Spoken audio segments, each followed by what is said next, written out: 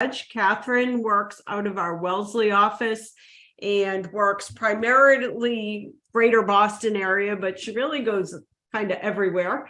And then we have Kristen Dodge, who is part of the Hometown Powered by Lair team out of Athol. So we'll start with you, Katherine. If you could give us a little background about how long you've been in the business, why you got into the business. Tell us how you got here. Sure. Well, hello, everyone. I kind of got into real estate kind of on purpose and kind of by accident. I had a corporate career before I got into real estate. I had about a 12-year corporate career, which makes me actually feel really old when I think about how long I've been in real estate now. And, at the beginning it was great, but as I advanced in my career and got promotions and kind of moved up the corporate ladder, I realized I really did not like corporate life. And I also wasn't good at it. I wasn't good at the corporate games and the sort of being friends with the people it was politically expedient to be friends with. Like, I didn't want to do any of that.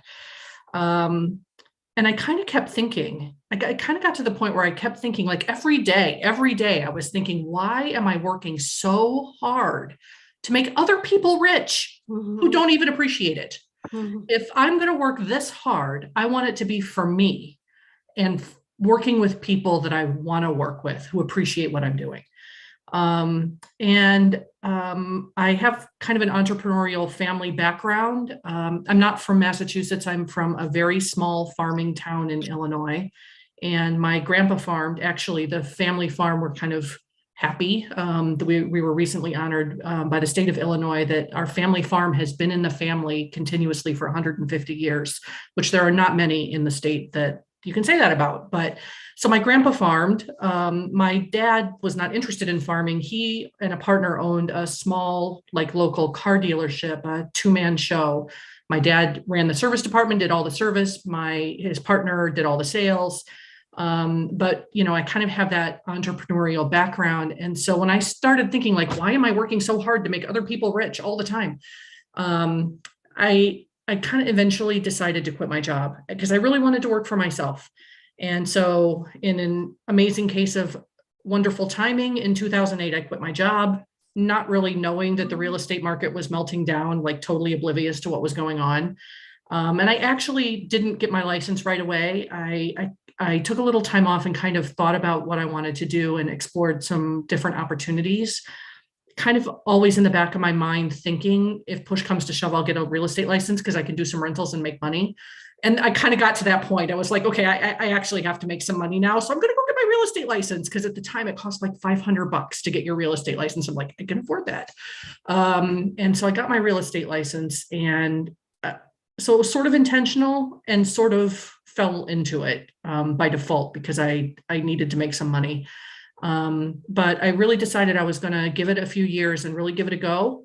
And so I started out doing some rentals to make money, but I always knew that I wanted my business to be more sales focused.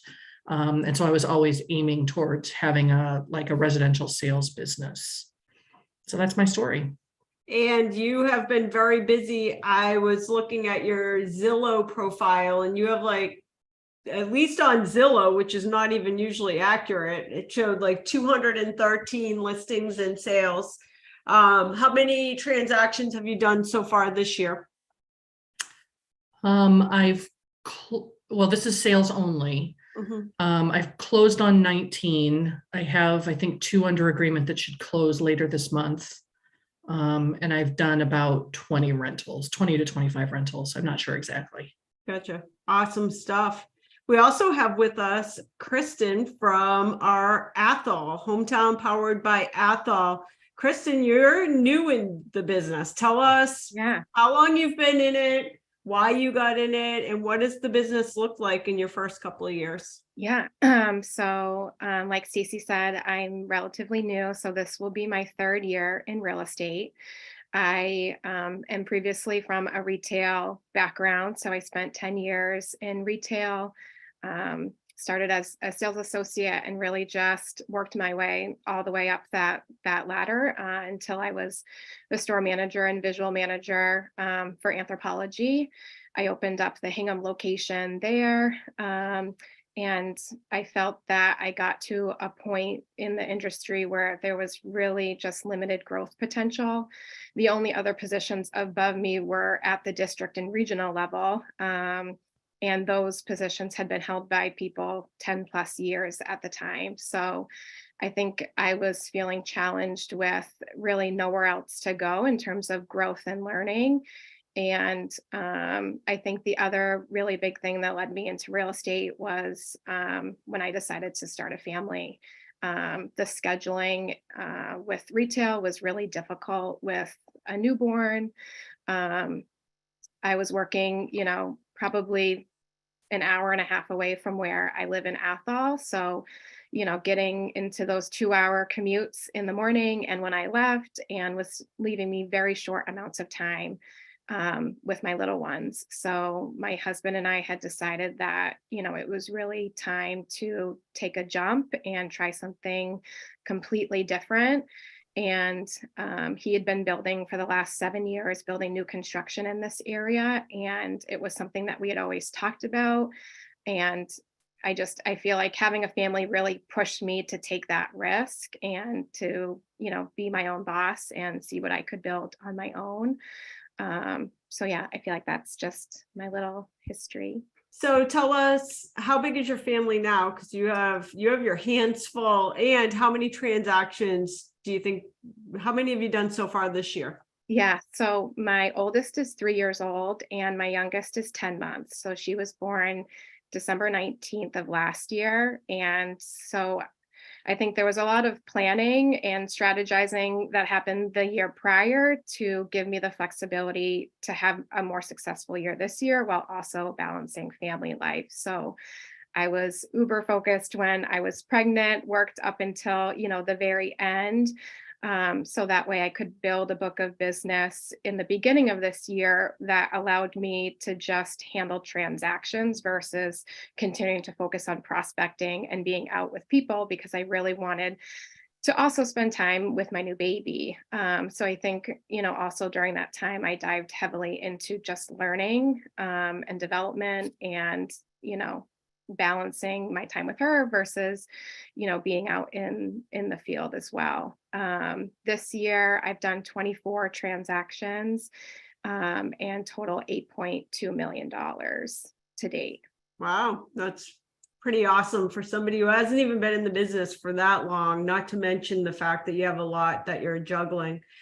Similar to Catherine, I feel like, I got my license in 2019, the very end. I decided to join Hometown in the beginning of 2020.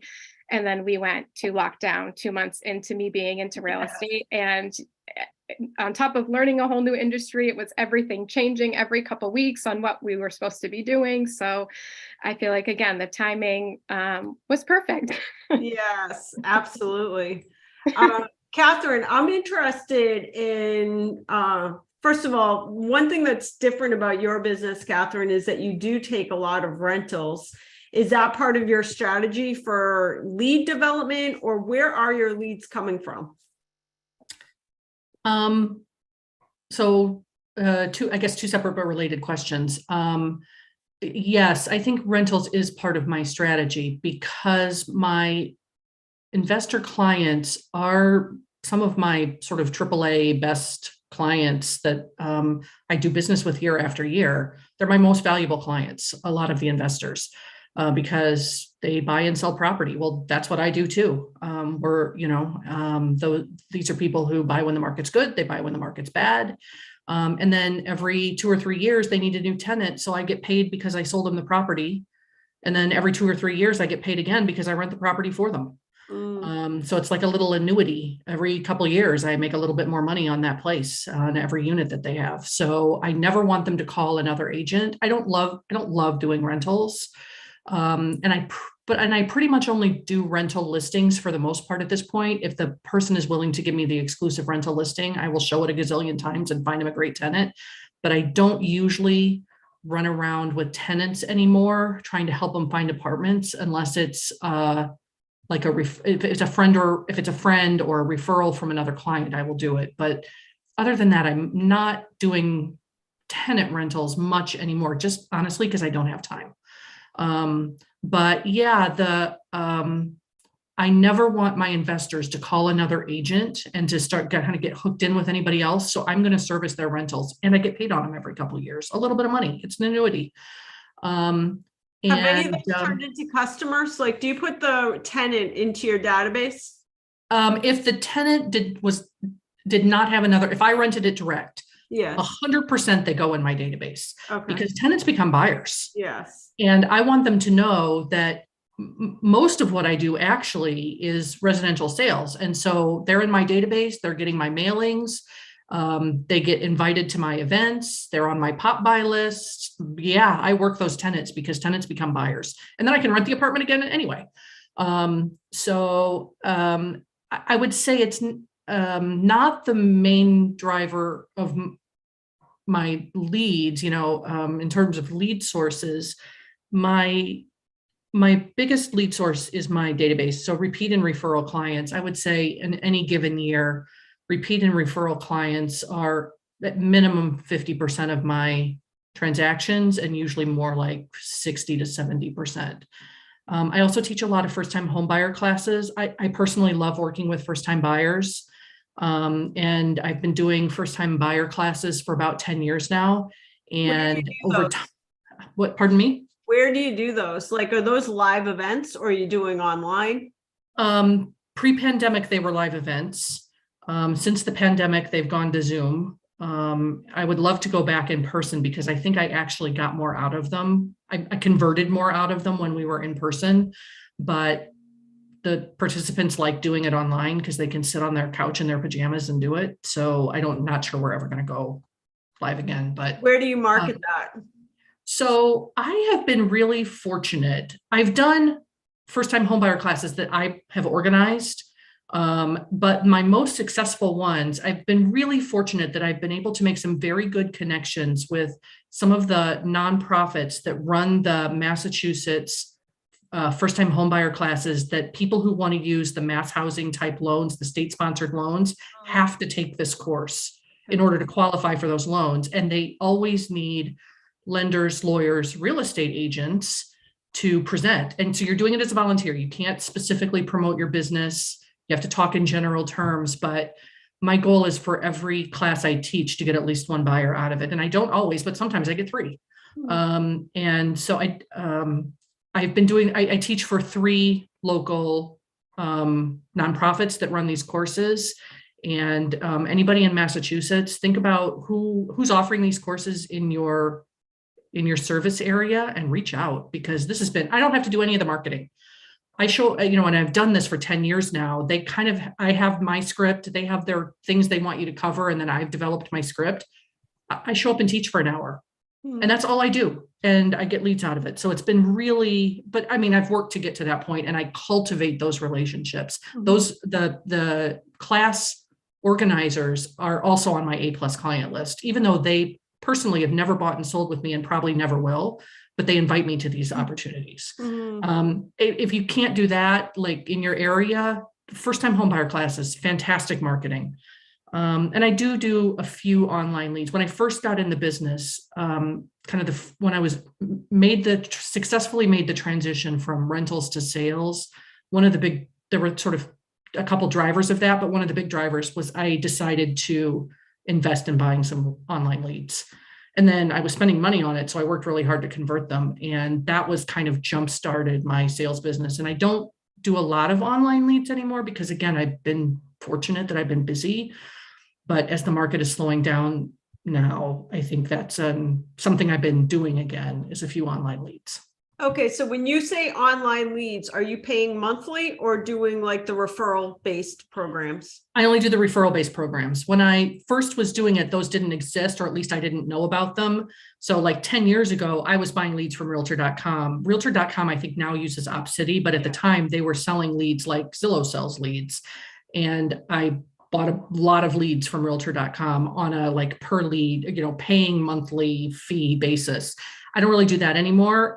One of the things that impressed me about Lair when you were talking to me about joining Lair you just like gave me the list of all of the free lead sources. And there were like 25 and you just gave it to me. And I was like, that's fantastic. And I signed up for every one of them, all of the free lead sources. And the one that has worked for me personally has been Ojo. But I think it's kind of a little bit of luck of the draw for different agents in different markets, which one is going to work for them. My advice to people is sign up for all of them and then see who starts giving you leads. You kind of have to take a couple of the low priced ones first. You're not going to make any money on it. But if you show them that you can convert, you start getting better opportunities. And for me, it happened to be Ojo kind of came through for me first. And then I've kind of been building up my status on their program. So they're giving me better opportunities now. But I know a lot of people are doing OpCity. Some people are doing Veterans United. Just sign up for all of them and see what comes through for you. All the free ones. Awesome. Kristen, where is your business coming from? I would say the majority of it is just my sphere, people that I know, and being referred to by my current clients to people that they know. I've had a couple referrals from business partners that got sent my way. And then I think lastly, social media, whether it's people that now see what I'm doing, or just people looking and seeing the reviews that I have online and directly reaching out to me. And then with my husband being a builder, I do get several people who just, by knowing him and his work, will reach out to him, curious about new construction. And so then he'll send them my way to answer any questions. And, sometimes they turn into, a client that wants to buy one of his new constructions. Sometimes it's not the right fit. And in that scenario, I take them under my wing and, help find the right property for them in that way. But similar to Catherine, when we first joined Lair and I saw that page that has, all of the different lead sources, I went and I signed up for every single one of them. And I've had varying success with them, but, the ones that haven't reached out to me, I just put them in my Real Scout and have added them to a market update every 2 weeks. So at least they're getting, something from me, whether, if I know what area they were interested in, they can see that hot map that Real Scout, makes for you and tells you, which properties were the most viewed within the app. And so I'm getting, trying to nurture them in that way when I haven't set anything up. But I would say those have been my most successful so far, and definitely looking to add more pillars into next year. So getting people, so I think in general, when somebody gets into the real estate business, even if you have a sphere of influence, it's really hard getting those people to start to give you business.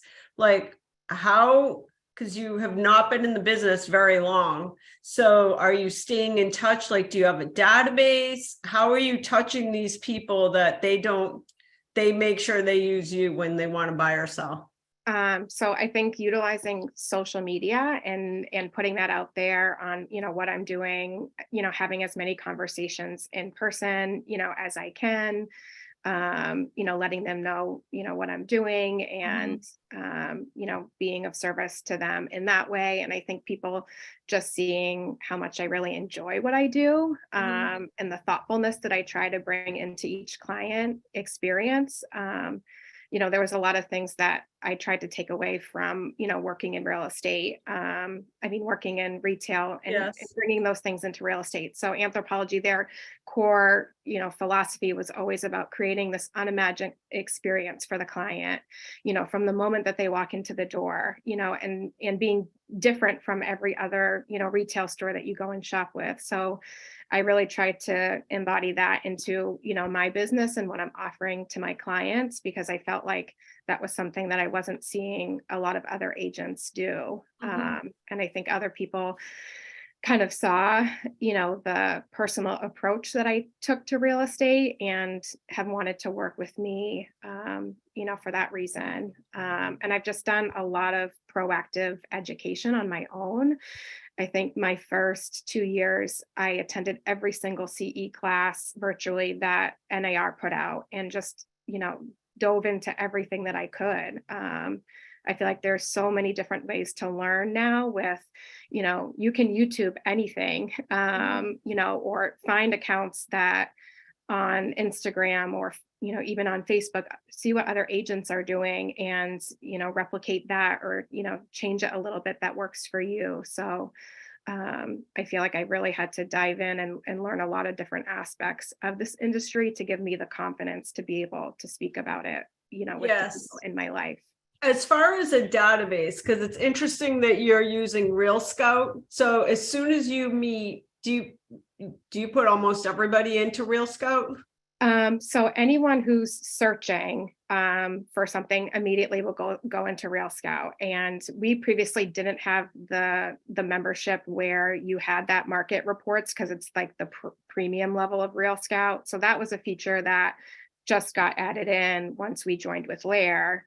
And so I just started adding all of the previous people that, either that I had talked to with at one point or have gotten from the list of referral within the Lair booklet, adding them back in. But I think the CRM is one of the things that I regret not starting and just creating that database. And it was told to me 100 times when I first started, start a database, keep track of everyone you talk to, everyone that should go in there. And I didn't do it, which I really regret. So that's actually something this last quarter that with the subscription to Isaac that I've really been focusing on putting all my past transactions in there with all of their information, as well as, anyone that I recall having conversations with. I mean, anyone that I talk to, whether a buyer or seller, immediately goes into my iPhone, and under the notes, I'll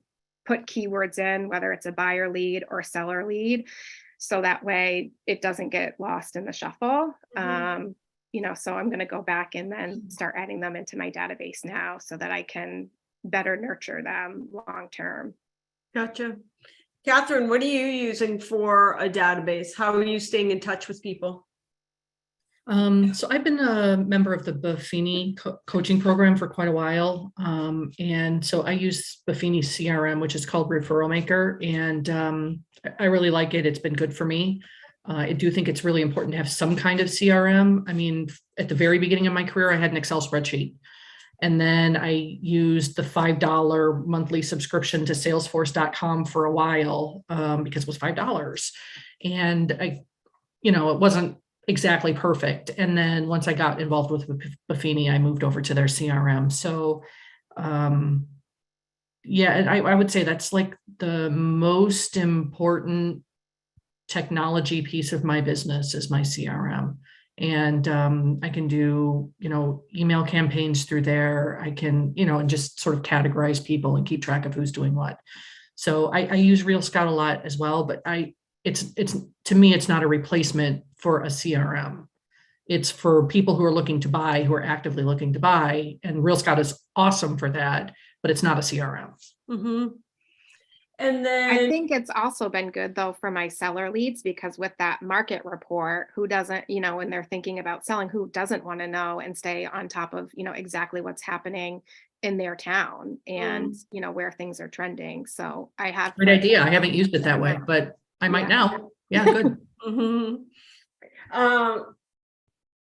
Katherine, I'm curious as to how you are talking to clients right now about the market. Buyers and sellers alike are just worried about the market.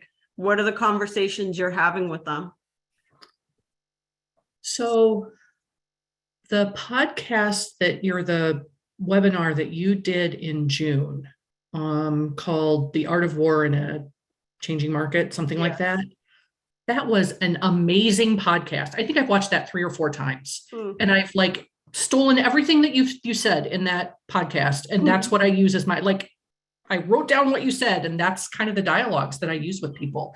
And one of the first things that you said, which really struck me, and I think is so true, is you said that agents who see opportunities help clients see opportunities.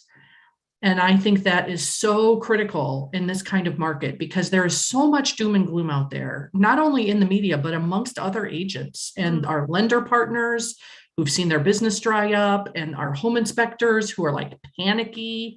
They've been panicky all year because first nobody was doing home inspections and now nobody's buying anything. So there's so much like panic in the market. And I think we have to focus on the opportunities that are out there. So, I mean, what I'm telling people is that this is a great seller's market still, and it's also a great buyer's market. In the market that I'm in, we use MLS PIN. So I really can only see the MLS PIN data and for Massachusetts, but I was actually looking yesterday and we still only have about 5 weeks of inventory statewide. And for single families and about 6 weeks for condos.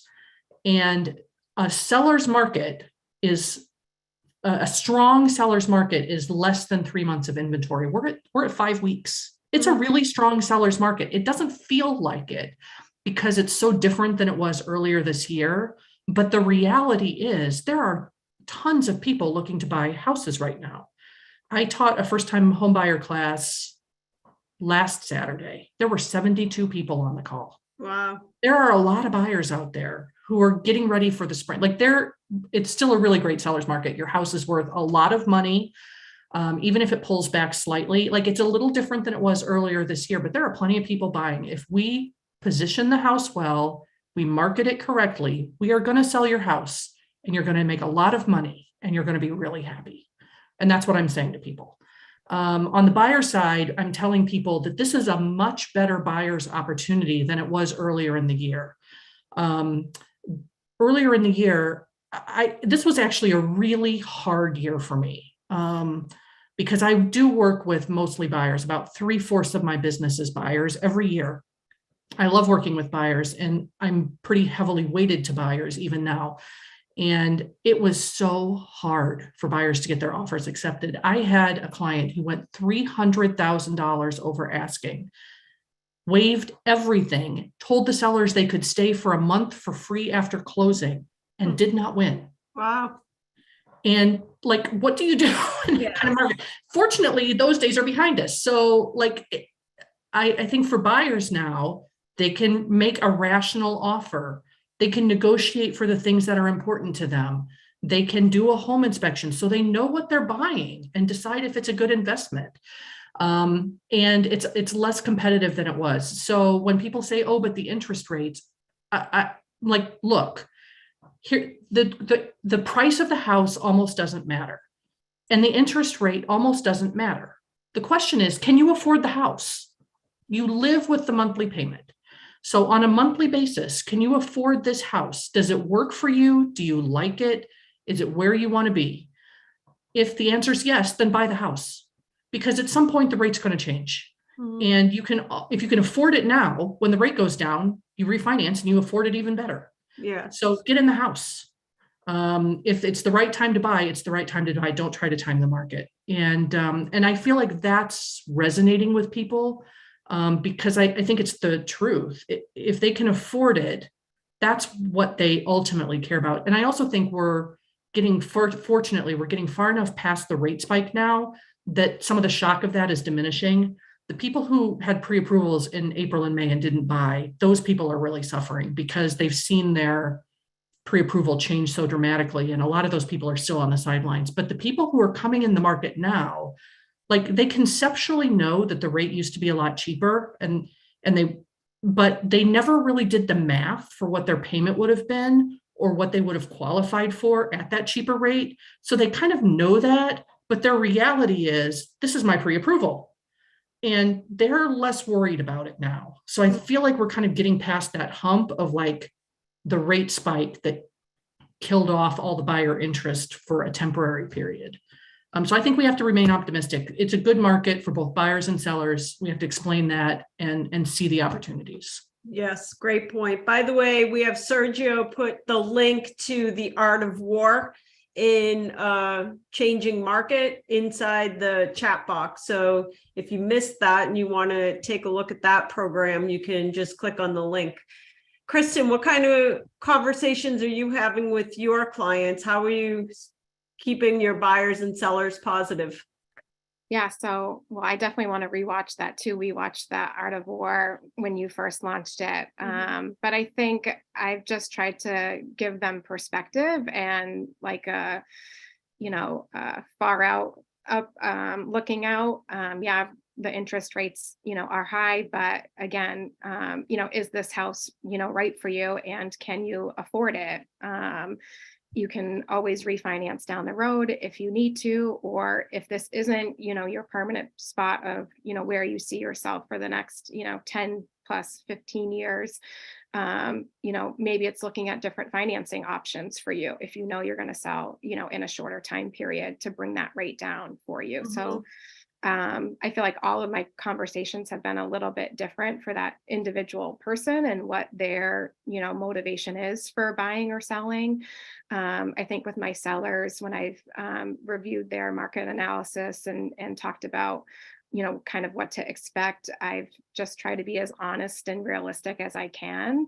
And ensuring that they understand that the market is different from, where we've been the last 2 years, but that doesn't necessarily mean that it's not a great time to sell. Sharing with them that I think, again, if you do the proper, prep work before listing your property, if we price it right, we are going to get the people through the door and hopefully drive the price up a little bit. But it is more likely that we might see some more home inspections, and it is more likely that, we may not have as many offers, as you may have two years ago, but they're still going to be, strong, great offers, and depending on, again, what their motivation is, whether it's relocating or sizing up or sizing down, I think focusing, on that with them. And, if that's going to help them, get to that next phase in their life, that's ultimately the most important, I think. And then Kristen, beyond the buyers and sellers, how do you as a real estate agent stay excited? Because some days, like, it's day after day after day of like the rates are going up again and the sky is falling. How do you stay mentally like in a good place? Yeah. So I think it's a lot of who you surround yourself with. So I try to be really aware of, the people that I interact with daily, whether it's friends or coworkers, and, what their outlook is on life. Because I feel like a lot of how you feel is a reflection of the people, that you're around. And I think even to the same with, who you're following on social media, look for the other people who are finding opportunities and follow them and get inspired from them and learn from them.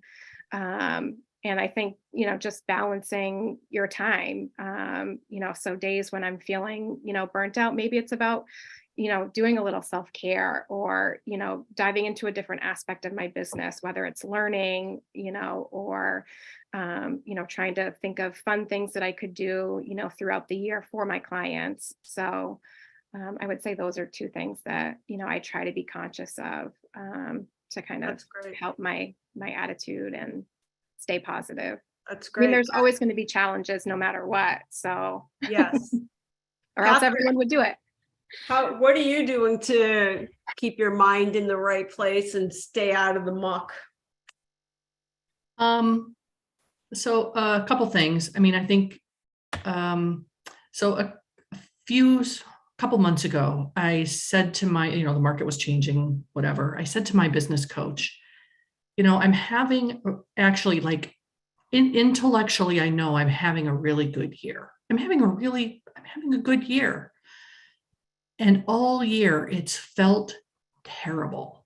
Like the whole year has felt horrible because it was so hard for all my buyers. And then everybody quit looking. And she's like, so first she laughed at me because she's like, you say this every year you say this is the worst year ever, which she's right. I do say that every year because every year is hard in a different way. So it's just adapting to what's hard right now. but she also said something that I think was really important. She actually called me on it a little bit. She's like, you have an attitude problem because you're focusing on the negative and you need to be focusing on the gratitude. Because you're having a really good year. You've helped a lot of people get into homes. You've helped a lot of sellers sell their houses and make, do very well financially. You need to have a gratitude mindset and an abundance mindset. And so that's something, and she was totally right. And it's been something I've been working on the last couple months. And I think one of the things I've been really trying to do is remind myself why I do this.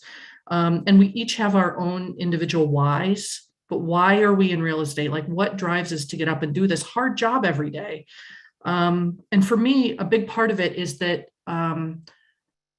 where else can we help people achieve the American dream? We're helping people buy and sell. We're giving them good advice to help them make good decisions on their single most valuable asset and the place where they're going to raise their families, build family memories. People's homes, for most people, it's the single biggest wealth generator, not only for them, but also for their children and their grandchildren. And the fact of home ownership creates this pool of family wealth that really changes people's lives. And I work with a lot of first-time home buyers and a lot of first-time home buyers who maybe aren't in the highest price ranges. Many of my clients, they're the first people in their families who've ever bought a home and they never thought they could do it. And that is for me, that's so rewarding to know that I've helped people get their piece of the American dream and really create a stable situation for their family and also like impact their community. So for me, like just kind of reminding myself of the bigger picture about why I do this and the success that I've had in actually achieving that why has been really helpful. And then finally, one thing I learned like way at the beginning of my career when I was doing a lot of rentals, like deals come, deals go, deals fall apart for inexplicable reasons. Like you're counting on that $1,200 check and then the tenant walks away and you never hear from them again. It's like, you have to let the past go. And so one thing I have been saying to myself since I got in the business now for 13 years is every day is a new chance for a new deal. Every person I talk to is a new chance for a new deal. So I may have had a deal just fall apart. I may have lost out on a listing. Some horrible thing may have just happened, but now I'm talking to somebody else and every day is a new chance and a new deal. And so for me, I cannot dwell on the past, both good and bad. I have to look forward, but this is a beautiful business that way. It really different from what I was doing in my corporate career where you were really judged on your past results. But for us, the past is gone. It's gone. Today is a new chance. I think both of you make great points because what you focus on is what you get more of. And the agents that will not be in this business 1 year from now are the ones that don't focus on the gratitude and the opportunity. If you focus on the tough parts of this market, it's going to be really difficult to go into 2023. Can I say one other thing really quickly? Yes. One thing I have also realized is that my attitude is contagious. So if I'm discouraged or pessimistic or stressed or tired, my clients don't do anything.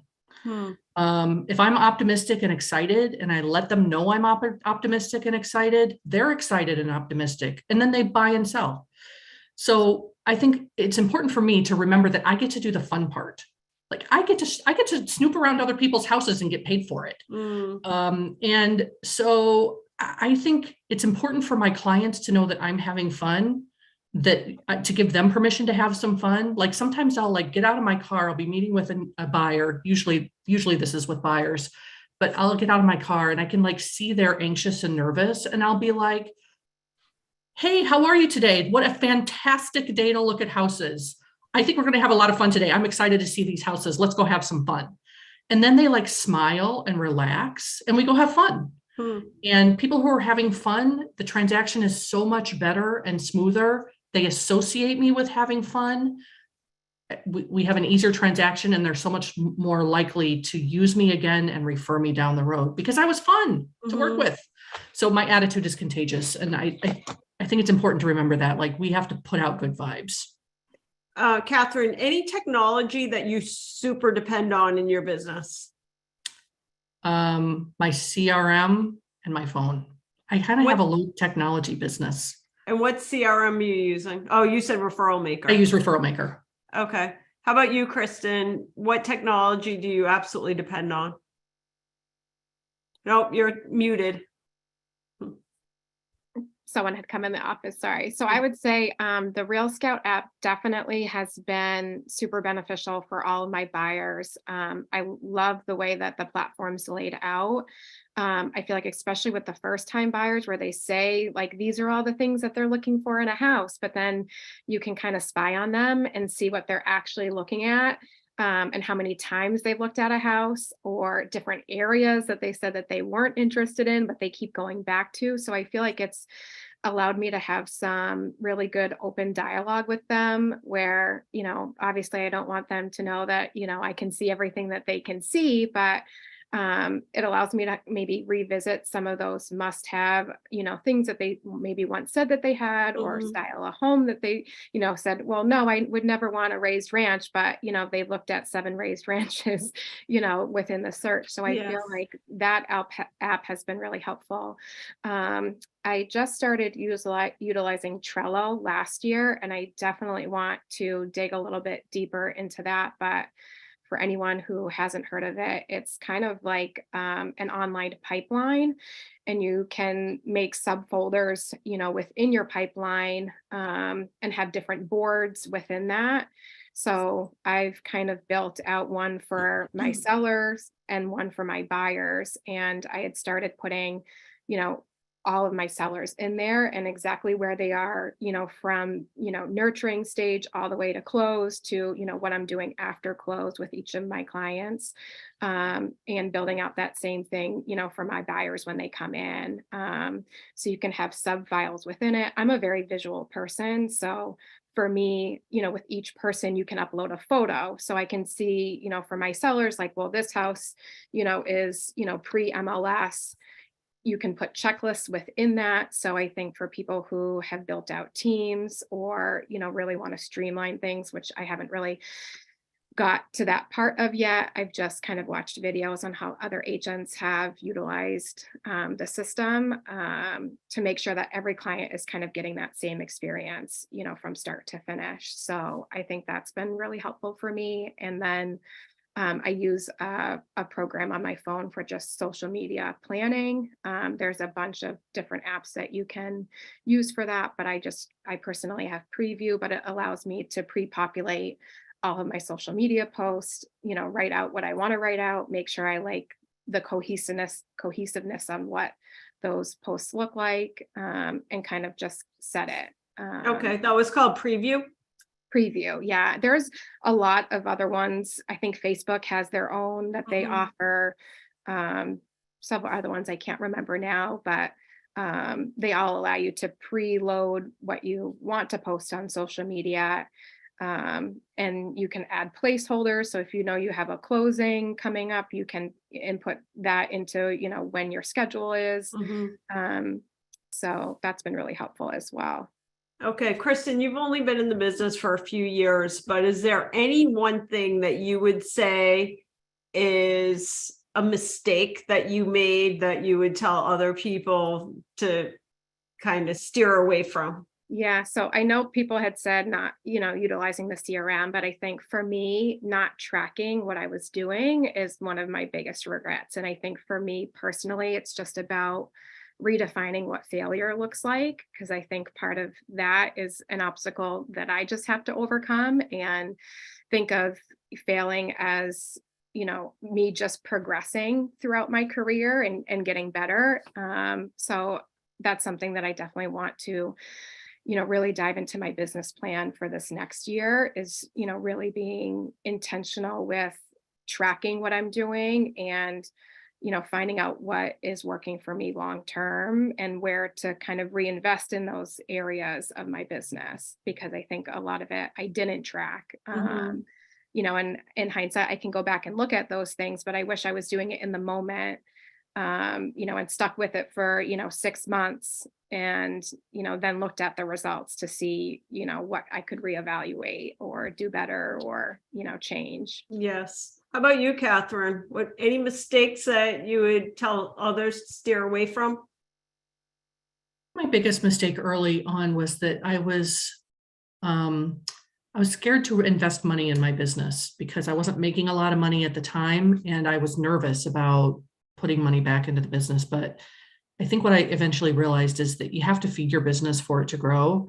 You don't necessarily have to invest a lot of money, but you do have to invest some. Like, you need a CRM. The three decisions I made kind of all around the same time that really changed the trajectory of my business. One was I started buying some leads from realtor.com. And now we have the option that you can get the leads and only pay a referral fee if you close. I think that's even better. But I invested some money in buying leads. I started to dip my toes into getting a coach and marketing support, and it's like paying some for that. And I didn't go like the full on, one-on-one coaching right away because I couldn't afford it. But I started to invest a little money in coaching, and that really changed my business. And then third, I started teaching first-time homebuyer classes. That didn't cost me really anything except time. So some things you can pay for to save yourself time, and some things, if you don't want to pay for it, you have to invest the time. So you have to invest one way or the other. But I think the thing that I wish I had done some of those like financial investments a couple of years earlier, I would have had a bigger jump start to my business. My next question, I'll start with you, Catherine, is what does a day look like for you? One of the challenges that people have in real estate is that you get to wake up every day and do whatever you feel like, kind of like you can go shopping, you can clean the house, or you can prospect. What does a day look like for you? Is it regimented, or how do you stay on track with doing the things that you should be doing for your business? Yeah, so one of the beauties about this job is that every day is different. I feel like that's one of the things I really like about it, that I'm not going into an office and doing the same thing every single day. But yeah, you do have to be pretty self-directed and self-motivated. So no, my day is not really regimented, but I do think there's a rhythm to the week. But every evening before I go to bed, I do look at my calendar for like the next several days and think about what do I have to do tomorrow, what appointments do I have, first of all, and then what do I need to do for like all of my active clients to move them forward? And then what do I need to do for things that are coming up later in the week? What do I need to do tomorrow for things that are coming up later in the week? And what do I need to do for my business? Like, what are the sort of longer term projects that I have, events I'm planning that I need to like do something about tomorrow?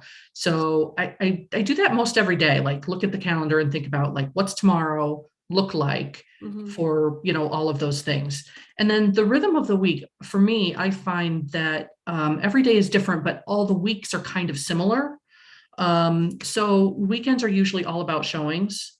And then Mondays and Tuesdays, I'm writing offers, submitting offers, negotiating offers, like reviewing offers with sellers, presenting them, trying to put deals together. Monday and Tuesday are like putting deals together.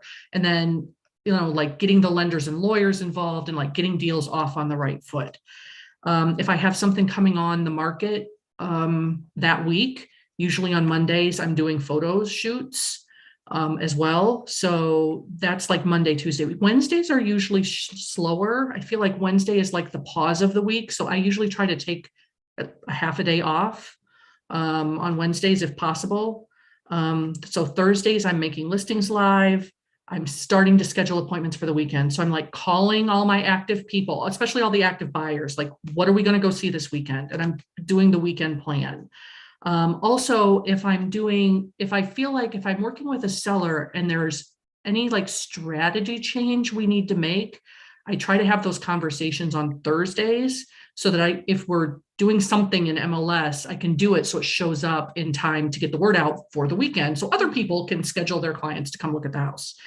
And then on Fridays, I check in with all my active clients and I like continue with the weekend scheduling plan. Sometimes I'm even doing some showings on Fridays. And then weekends again are showings. So like the days are all different, but the weeks have kind of a predictable pattern. Mm-hmm. That makes sense. And when you say you're checking in, quick text message to the person?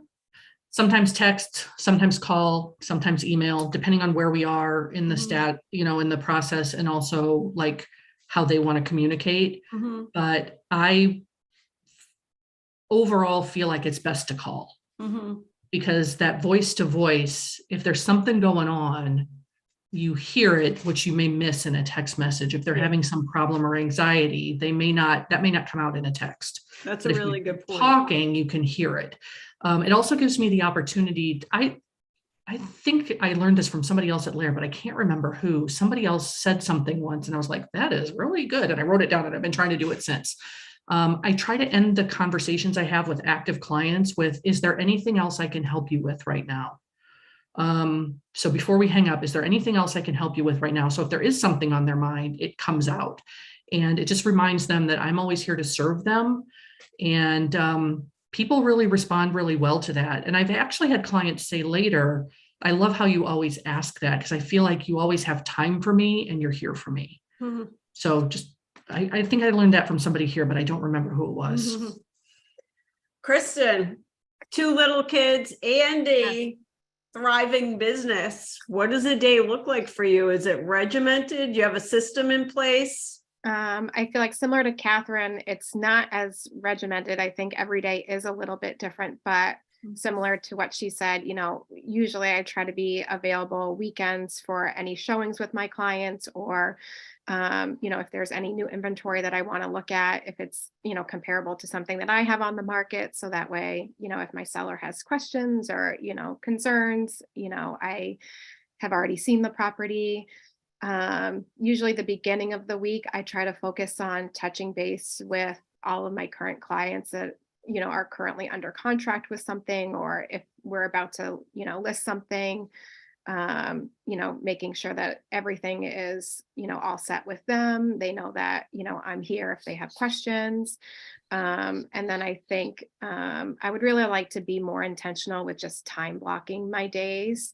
I think the challenge that I have is that daycare ends at 4. So anything that I'm trying to do, immediately gets twice as hard after 4 o'clock for me, because, I'm multitasking at that point, with my kids. So I think if there's anything that needs my full attention, my goal is always to have that done, first thing in the morning, or especially, by that, 1 o'clock time frame. So that way, I know that it's all done off my checklist. And then, anything that I can multitask, will happen, later, or, at times after bedtime. I've definitely been there at 11:30 at night prepping, offers so that I could meet that deadline, the next day. So I think that's been, was the challenging part with the market that we were in. It was just, you just had to do it when it had to get done, and you didn't really have a choice. So I feel like now it's nice that there's a little bit more time, I feel like, with what we're doing. But I think going into next year, I would really like to streamline and time block my calendar a little bit more, for my own organization, staying on track Gotcha. with everything. And then we only have a few more minutes. Can you talk, Kristen? I have 2 different questions for you guys. For Kristen, I'm interested in knowing what a listing presentation looks like for you. So my listing presentation has been a 2-step process. Obviously I get a call, I talk to them over the phone, get as much, information as I can, from them there. And then the first appointment is typically at their house.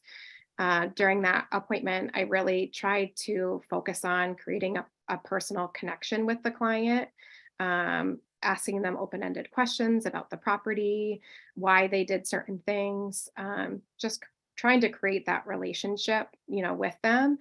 And then, in addition to, what things they might have done to affect the value of their home, any concerns that they think I should have. And then the second appointment is always held in the office, in Athol. So I bring the clients in, I prep a whole folder, for them that has the market analysis that I've done. A lot of the other resources, Stacy, that you've provided. I try to, before that appointment, always email out a copy of the listing paperwork. So that way they have an opportunity to fully read it over, digest it. And, when we get to that point, I feel like at that point, it's not like a deer in headlights of them, feeling pressured to sign something, but they've already seen the document. Hopefully they've already read it over. And at that time, I'm really there just to, answer, questions or concerns they might have about it before, deciding to move forward. And, talk to them a little bit just about my process and, what I think is unique to, my approach and it would be to sell their house. That's super interesting. So you're bringing them into the office this is the sellers coming to your office for the second appointment. Yeah. And you're emailing the paperwork in advance. The commission is filled in when you send that out. Usually I leave a couple things blank when I send it to them. So if I email it to them, I just give them a blank copy of what the listing contract looks like. When they come in to sit with me, I usually have several of the things pre-populated, filled out. I usually leave the price point blank and I usually leave the commission blank. And it's, depending on, what price point, the condition of the home, a lot of different factors. But I'll share with them what my commission is, and based off of what their response is, if I feel that there is any, concern there, I'll address it. If they, don't seem concerned at all, we'll fill it out. I think the one other thing that I always like to ask potential, sellers when they're in my office before I present the CMA is what their opinion of the value of their house is. And I think I get some pushback on that because they say, well, that's the reason why I brought you in here to tell me. But I think in my experience, I want to know, am I giving someone really great news or am I about to give them really bad news? And how I'm going to deliver this information is going to be completely different depending on where they're coming from, and what they think their house is worth. Am I going to tell someone their house is worth 40,000 more than what they think, or am I just going to give them a blow, back to reality on, no, your house is actually only worth this, and this is the reason why. So I think really knowing where their mindset is, going into that before I have that discussion allows me to change how I present that information to them. Gotcha.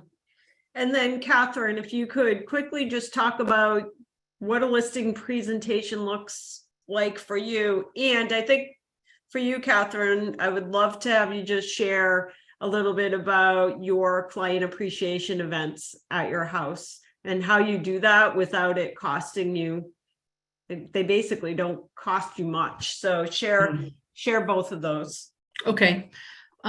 So my listing appointments are, I would say, more on the informal side. I use Cloud CMA, which I really like, and I appreciate all of the sort of pages about Lair and the benefits and AdWorks, all that. Like I talk about AdWorks, people like AdWorks.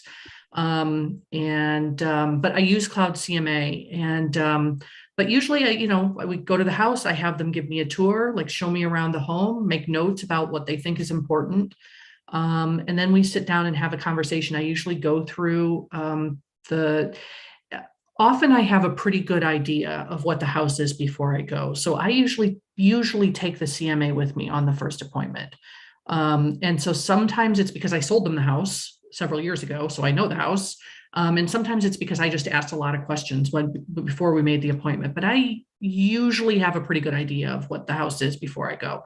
But if I don't, I am trying to include kind of a range of types of properties in the CMA, so I can say, well, yours is more like this one. Let's look at the pictures and see how it compares to yours. And then, kind of have ones that are really renovated, ones that are not as renovated. But I'll usually go through the CMA with them. And I've typically made notes on the Cloud CMA, like on the sort of first page for each property about what my perception is about similarities and differences. Like, why did they get this money? What was it? What were the driving points on the sale? And how is that the same or different from your house? Because then we can talk about well, but my neighbor sold and they got X price and you're telling me I'm only going to get Y. Okay, but they had a 3-car garage. You only have one. They had central air. You don't have central air. Their lot was bigger than yours. Like, we're going to get you a really good price for your property for what it is, but your house isn't quite the same as theirs. Or maybe the other way around, like your neighbor sold for X, but we're going to sell for something better because your house is better. And then, I don't know. So mine is a more informal conversation. And then, I do always, you want to try to close the deal right at the table. So I always have the listing paperwork with me. And if they're ready to sign, I ask them if they're ready to go forward so we can start working together to get their house in the position to sell it. Even if they're not ready to list, I want to get the listing paperwork signed so we can start working together. Client appreciation events. Yeah, that's been really important in my business because I feel like the best leads I have are repeat and referral clients. They're the cheapest. I don't have to pay referral fees on them. And it's people that I know and like, or their friends who I probably also know and like. If I like their friends, I probably like them too. And so it's just a pleasant way to do business, and it's more cost effective, I find. So it does take deliberate effort, I find, to cultivate the relationships and stay top of mind with people and really build loyalty over time. Like, you want to do a great job for them in the transaction. That's obviously first. But you could have a great experience, and then if they don't hear from you for 10 years, they don't remember your name when they're going to sell the house. They go with somebody else. So one of the key things that I've done over time is client appreciation events. I try to have a couple a year. It doesn't always happen, but these are in-person events, and I sort of try different things. I know, Stacy, today was the cutoff for the pie party. If somebody hasn't done a pie party, you should totally do a pie party. Stacy's like giving you the process. You just have to follow the steps. If it's not too late to order the pies, order the pies. And I would say also, I think one of the things that held me back from doing it for a long time, and I think sometimes holds other agents back, is that they're nervous that not enough people will come. And it's like an embarrassing party if 5 people show up, right? So partner up with some other people in your office. Like, find somebody else in your office who wants to do one, and just do it together. You can share the expense. And also, if you're bringing your clients and they're bringing their clients, you have enough people show up that it's a fun party. So I used to do more things in the office, but with COVID, I've kind of moved it to my home. So during the COVID years, I was doing like drive-by events. I did drive-by pies, come by and let me know, and I was like standing on the front lawn and sort of giving people pies as they got out of their car. We stayed distant, said hello, they took their pie and drove away. But I'm fortunate that in the last few years, I've moved to a place where I have a little yard. And so I've been doing some things in my yard, and I decided this year I wasn't going to do the pie party. Instead, I did a pumpkin patch event. And so it was, I got some pumpkins from a local farm, and we did cider and donuts. I partnered with another agent in our office. We did cider and donuts, and it was like pretty simple. That was like it. It was cider, donuts, and pumpkins. And we decorated the yard a little bit. But for me, part of the reason the events are good, people come and have fun. Even if they don't come, they appreciate being invited. It's a touch point. But for me, it's a reason to call people. And I usually do like a themed sort of pop by around that event. And so it forces me to do the basic things I know I should do in terms of reaching out to my clients. So it makes me pick up the phone and call people to them. One thing I've learned about myself is if I don't have a reason to call people, I won't call them. I just won't. I won't call and say, how you doing? Just call in to check in. I don't do that. I'm terrible at it. But if I can call and say, hey, I'm having a party, I'd like you to come, I will call them. And then I also will, so pie party, for the pie party, I went to the dollar store and got a bunch of dollar pie servers and attached the invitation to them, and one left it on people's doorsteps. So it gave me, and rang their doorbell, talked to them if they were home, but I left it for them. So it gives me excuses to reach out to people, and it's fun. And then people come, they have a great time. They stay loyal. So this last party that I did, the whole thing cost like $400. I would rather spend $400 than have a party than buy $400 worth of leads, because out of $400 for leads, I'm going to get nothing. $400 for a party. We had a lot of fun. And some of my clients were like, watching their kids play on my yard, and we were like laughing. And my client was like, that's all your future customers. That's all your future customers. And like, I hope she's right. I hope that's true. So I think for a small investment, it's a lot more fun than a lot of other things you can do. And it really builds loyalty and gives you a reason to get back in your database. All right, we are at the end of today's program. I always like to remind people that if you are investing your time into a training class or a podcast, when you're investing your time into your business by sitting through a training class, it's really important to write down the few things that you're going to take away from that program and go execute. Just executing on one thing in your business. I always say knowledge is not power. The execution is the power.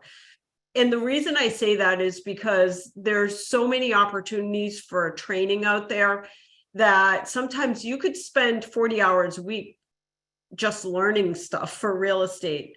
The power is taking something away and bringing it to your business, doing something about the information that you learn. Listening to Katherine and Kristen today, I wrote down 5 things that if I was out selling real estate every day, these are the 5 things I would execute on. And by the way, there was 20 or 30 items that you could write down after today's program.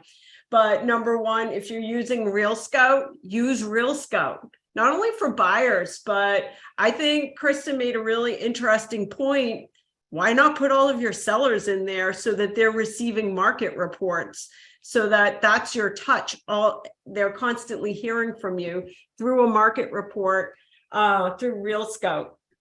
So if I were a real estate agent, especially if I'm paying for the service already, paying the $39 tech bundle, I would be spending a little bit of time getting that working for my business.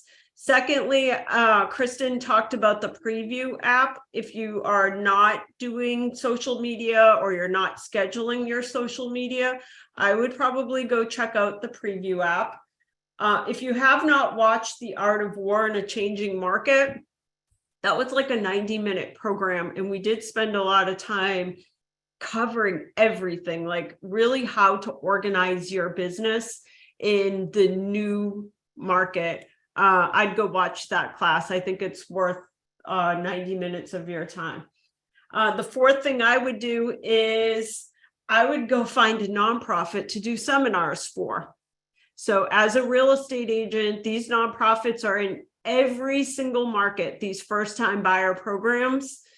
Start Googling and researching, call Mass Housing, call the local lenders and find out who's teaching, where are these classes, who's putting them on, and how can I be a part of it? And then number 5, I would work on, I liked what Katherine said. The cool thing about doing a client appreciation event is, first of all, it shouldn't cost you a lot of money. There's definitely partners that want to do it with you, mortgage, title, you name it. A client appreciation event doesn't have to cost a lot of money. I'm watching a lot of our agents do like fall photos. Like your favorite photographer who you give a lot of business to will do family photos for your client base. So maybe, I mean, we're coming up on the holiday season. You could do the family Christmas photo for them to make their holiday cards. And again, it doesn't have to be that expensive, but if I was out practicing real estate, I would work on an event calendar for 2023, where I would at least 4 times a year have an excuse to call people that has nothing to do with real estate. Client appreciation events. So I would go spend the next couple hours mapping out my calendar for next year, thinking about my excuse for calling people. So those are the things that I took out of it. Katherine, do you have anything you want to add before we wrap up today? I appreciate the chance to talk with you about what I'm doing. And if anybody wants to call me later or email me later, I'd be happy to talk one-on-one. Awesome. Thank you, Catherine. How about you, Kristen? No, just thank you so much for inviting me, and I'm happy to share any of the knowledge that I've learned in my short time here. All right, awesome, guys. I put up on the screen, if you're watching the program, Katherine Meisenheimer. You can get her at Katherine@lairrealty.com, or Kristen Dodge. You can contact through kdodge@lairrealty.com. So thank you for spending some time. We hope that you got some great information that you will take forward in your business. And always remember that we do this at 1 p.m. Eastern time on the second Wednesday of every month. So make sure to join us next month as well. Thank you to Katherine and Kristen for joining us today. Thanks, guys. Have a great